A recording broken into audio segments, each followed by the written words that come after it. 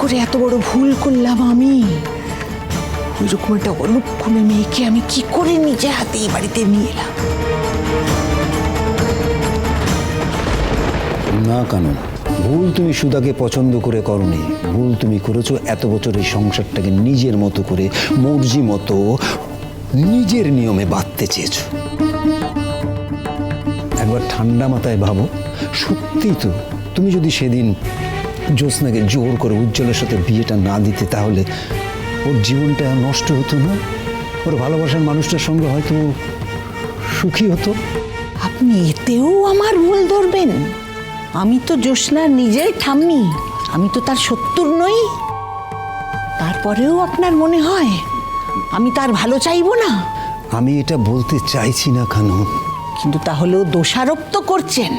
আর এটা না বুঝেই দোষারোপ করছেন যে সেদিন সুতীর্থর সঙ্গে জ্যোৎস্নার বিয়েটা আমি কেন মেনে নিইনি। কারণ ওই ছেলেটা সুতীর্থ তো জ্যোৎস্নার যোগ্যই নয়।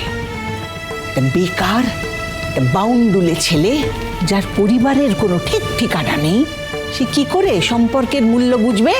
আপনার মনে হয় যে সে দিদিভাইকে সুখী রাখতে পারতো? হয়তো পারতো না, হয়তো সুতীর্থ ওর জীবনে থাকতো না ভবিষ্যতে। সেদিন জ্যোৎস্না নিজেই নিজের ভুল বুঝতে পারতো কানু। ছেলে মেয়েদের না মাঝে মাঝে ছেড়ে দিতে হয়, জীবনটা নিজেদের শর্তে বাঁচতে দিতে হয় ওদের, যাতে ওরা নিজেরা কোনটা ঠিক কোনটা ভুল এটা শিখতে পারে। তুমি তুমি তাদের বাঁধতে চেয়েছো, আর সেই জন্যই জ্যোৎস্নার মনে আজ এই জেদ চেপেছে।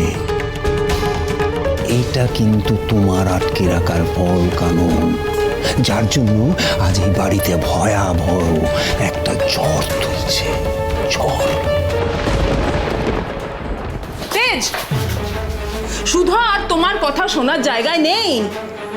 কারণ for the very first time ও জানতে পেরেছে যে তোমার জীবনের একমাত্র ভালোবাসা আমি। তোমার জীবনে আমি ছিলাম, আছি, থাকবো। আর এখানে কোনো জায়গা নেই সুধার। তার মানে সবটা তোমার প্ল্যান ছিল? One minute, darling. আর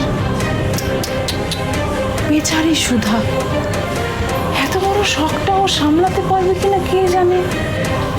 শখটা সামলাতে না পেরে না প্রাণটাই।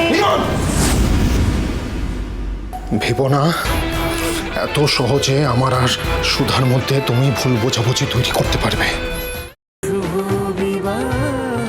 শুভ বিবাহ সোম থেকে রবি প্রতিদিন রাত ৯টায় স্টার জলসায় ও ডিজনি প্লাস হটস্টারে।